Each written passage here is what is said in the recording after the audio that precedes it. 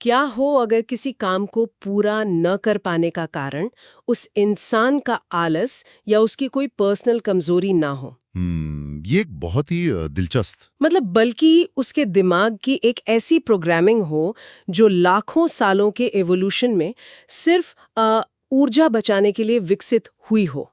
हम इंसान अक्सर सोचते हैं कि काम टालने की आदत हमारा कोई चारित्रिक दोष है। बिल्कुल। लेकिन अगर सच ये हो कि हमारा दिमाग ठीक वैसा ही काम कर रहा है जिसके लिए वो डिजाइन किया गया था, तो कैसा रहेगा?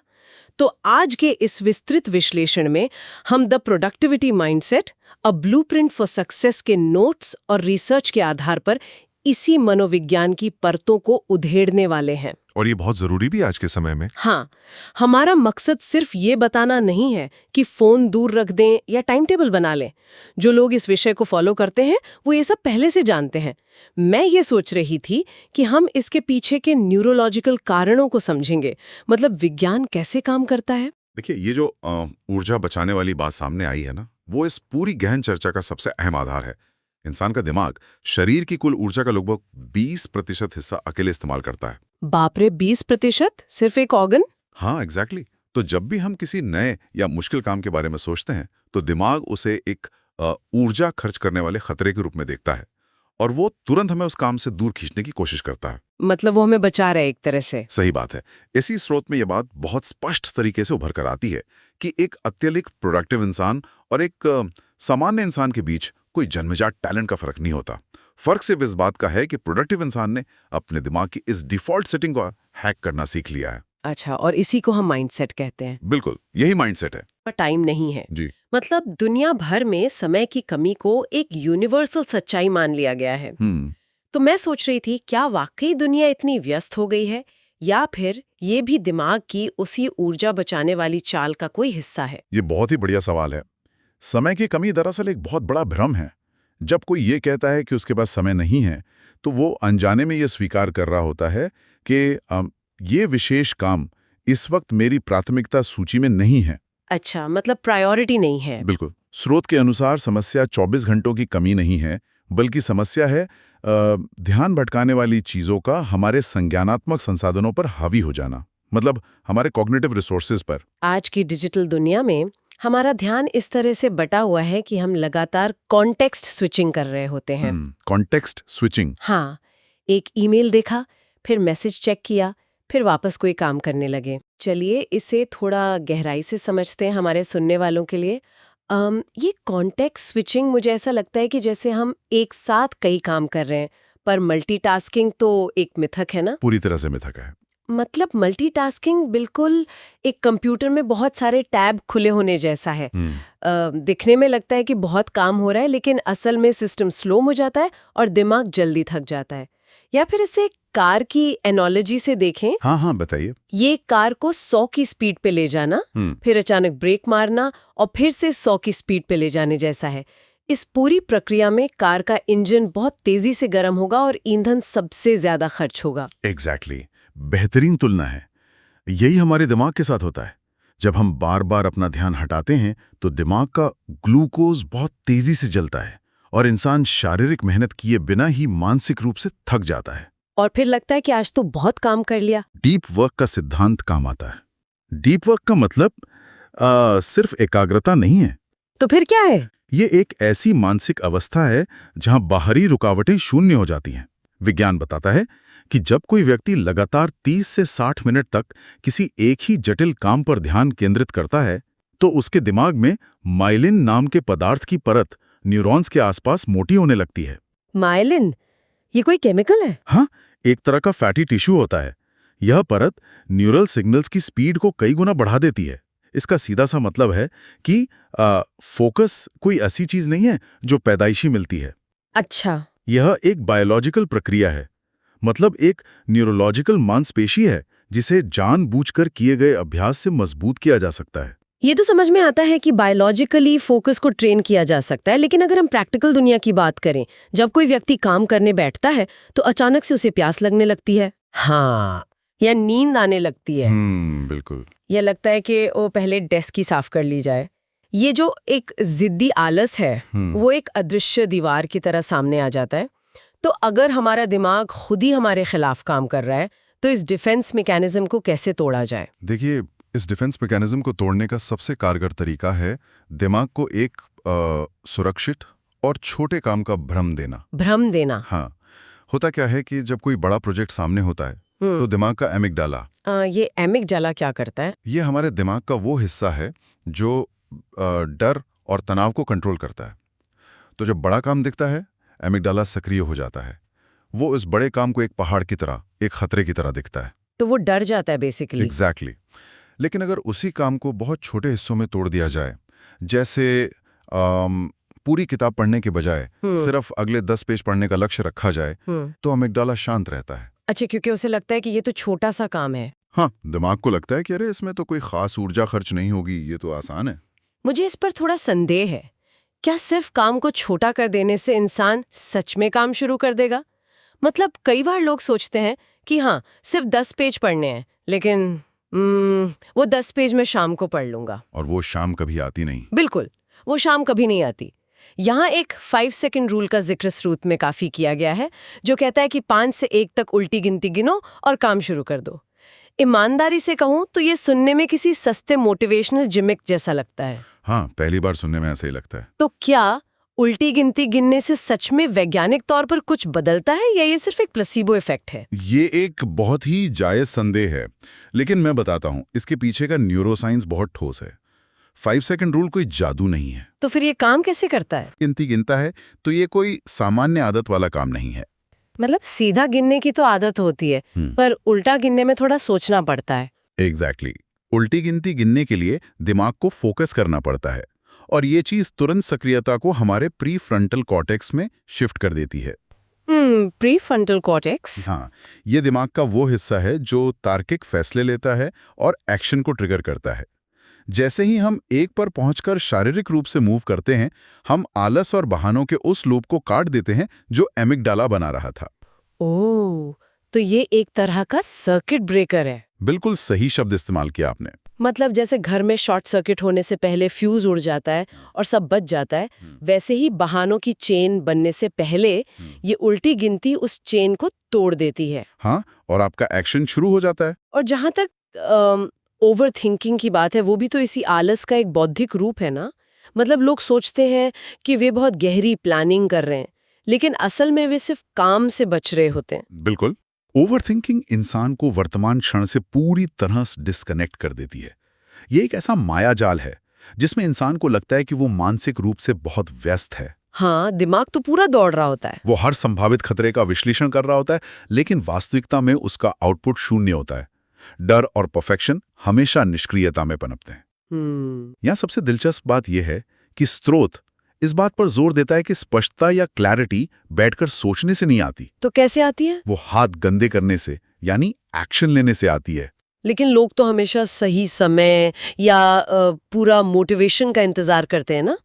ये एक बहुत बड़ी गलतफहमी है कि पहले मोटिवेशन आएगा फिर हम काम शुरू करेंगे। बहुत बड़ी गलतफहमी है। जबकि हकीकत ये है कि मोटिवेशन काम का कारण नहीं बल्कि उसका परिणाम है।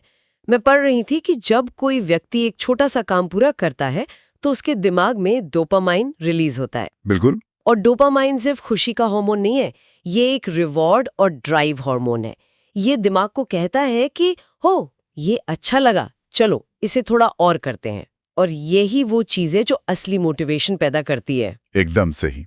और एक बार जब ये एक्शन का लूप शुरू हो जाए, मतलब जब आलस का पहला बैरियर टूट जाए, तब उस मोमेंटम को बनाए रखने के लिए एक सिस्टम की जरूरत होती है, एक ढांचे की। हाँ, बिना सिस्टम के वो ऊर्जा बस यूं ही बिखर जाएगी।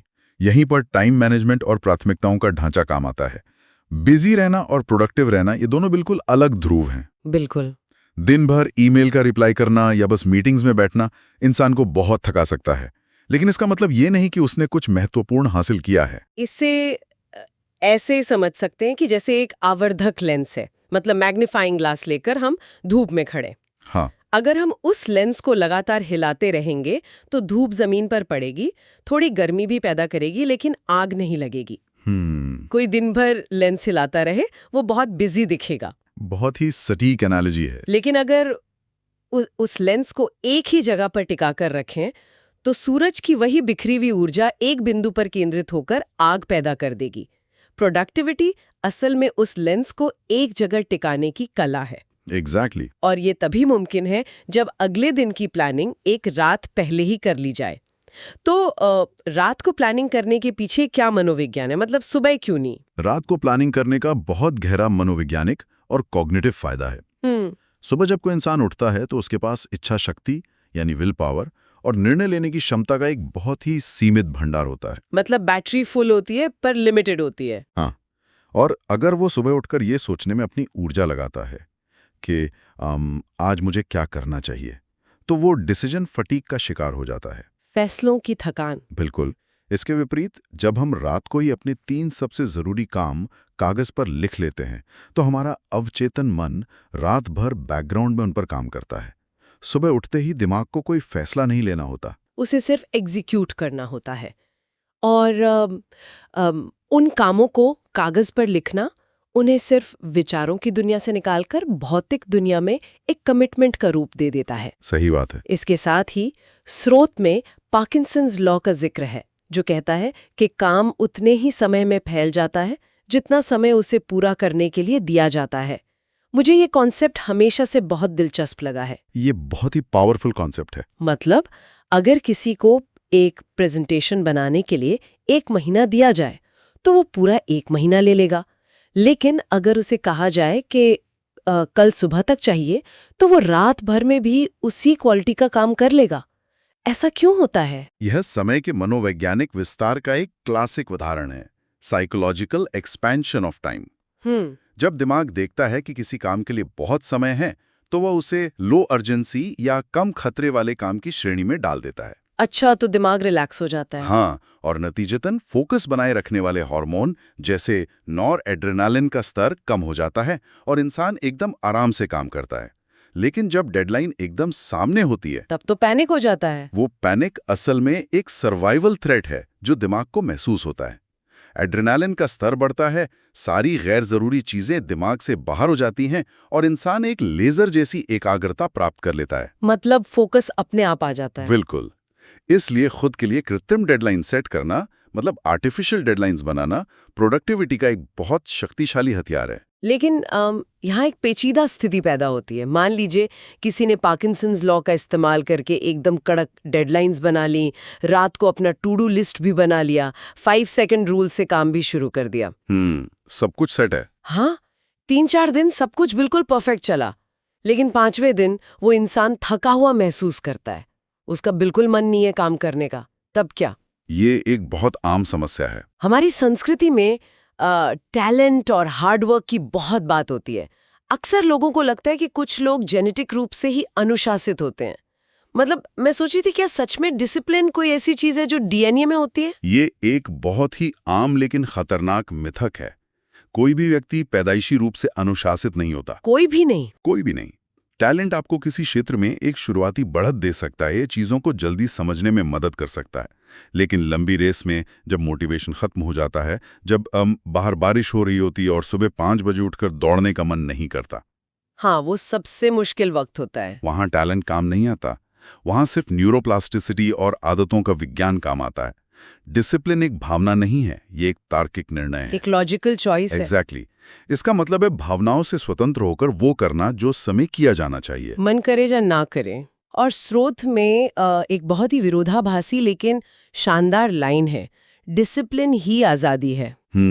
Discipline equals freedom. पहली बार सुनने पर यह अजीब लगता है, क्योंकि अनुशासन का मतलब तो आमतौर पर पाबंदियों से, रूखेपन से और सख्त नियमों से जोड़ा जाता है। तो फिर अनुशासन से आजादी कैसे मिल सकती है? अगर हम इसे बड़े परिदृश्य से जोड़ें तो इस विरोधाभास को कॉग्निटिव लोड कम करने के नजरिए से समझना चाहिए। कॉग्निटिव लोड मतलब दिमाग का बोझ। हाँ।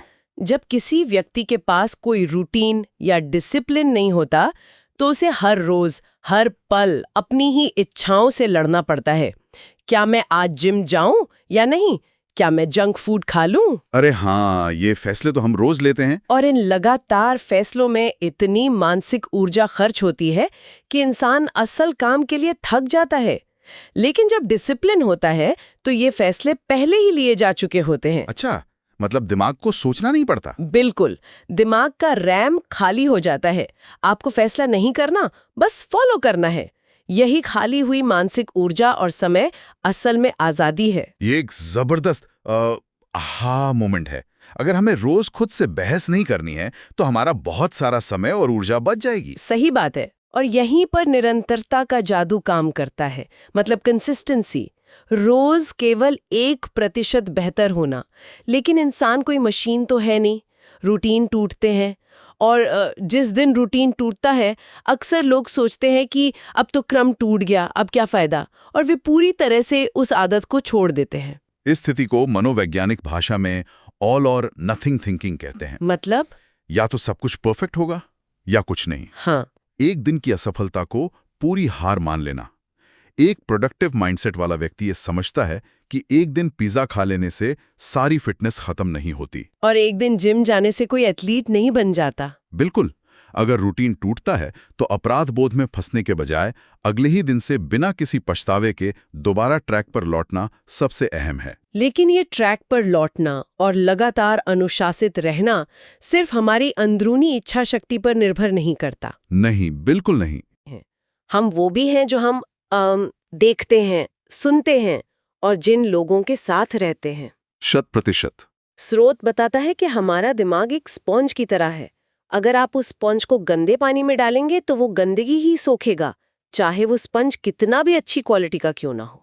विज्ञान में इसके लिए एक मिरर न्यूरॉन्स का एक कॉन्सेप्ट है। मिरर न्यूरॉन्स, ये क्या होते हैं? हमारा दिमाग अपने आसपास के लोगों के व्यवहार, उनकी ऊर्जा और उनके दृष्टिकोण को अवचेतन रूप से कॉपी करता है, मिरर करता है। ओह, तो हम अपने आप दूसरों की तरह बर्ताव करने लगते हैं। हाँ, अगर आसपास ऐसे लोग हैं जो लगातार शिकायत करते हैं, हर समाधान में नई समस्या खोजते हैं, तो एक अत्यधिक मोटिवेटेड इंसान की ऊर्जा भी धीरे धीरे खत्म हो जाएगी। बाहरी माहौल का सीधा असर हमारी आंतरिक न्यूरोकेमिस्ट्री पर पड़ता है। और सिर्फ लोग ही नहीं, हमारा भौतिक वातावरण, मतलब हमारा वर्क स्पेस भी बहुत मायने रखता है। मैं सोच रही थी, अगर डेस्क पर बहुत सारा सामान बिखरा पड़ा है, बहुत सारा विजुअल क्लटर है, तो क्या इसका भी दिमाग पर कोई बायोलॉजिकल असर होता है? बहुत गहरा असर होता है। विजुअल क्लटर दरअसल दिमाग के लिए एक प्रकार का विजुअल नॉइज है। आंखों के लिए शोर। एग्जैक्टली। जब आपकी नजर किसी बिखरी हुई चीज पर पड़ती है तो आपकी ऑप्टिक नर्व दिमाग को एक अनफिनिश्ड टास्क का सिग्नल भेजती है। मतलब वो कह रही है कि ये काम अभी बाकी है। हाँ, भले ही आप उस पर ध्यान ना दे रहे हो, लेकिन दिमाग का एक हिस्सा लगातार उस बिखरे हुए सामान को प्रोसेस कर रहा होता है। हे भगवान, मतलब हम काम कुछ और कर रहे हैं और दिमाग उस बिखरे हुए पेन और कागज को देख रहा है। बिल्कुल। इससे हमारी वर्किंग मेमोरी भर जाती है और कॉर्टिसोल, जो कि स्ट्रेस हार्मोन है, उसका स्तर हल्का सा बढ़ जाता है। एक साफ और व्यवस्थित जगह दिमाग को तुरंत शांति का संकेत देती है। यह बहुत ही सूक्ष्म बात है कि कैसे एक अव्यवस्थित कमरा हमारे कॉर्टिसोल लेवल को बढ़ा सकता है। इसके अलावा जिस तरह की जानकारी काम लगातार उपभोग कर रहे हैं, वो भी तो एक तरह का क्लटर ही है। डिजिटल क्लटर, हाँ। लगातार नकारात्मक खबरें पढ़ना, सोशल मीडिया पर खुद की तुलना दूसरों से करना, ये सब हमारे आत्मविश्वास को दीमक की तरह चाट जाता है।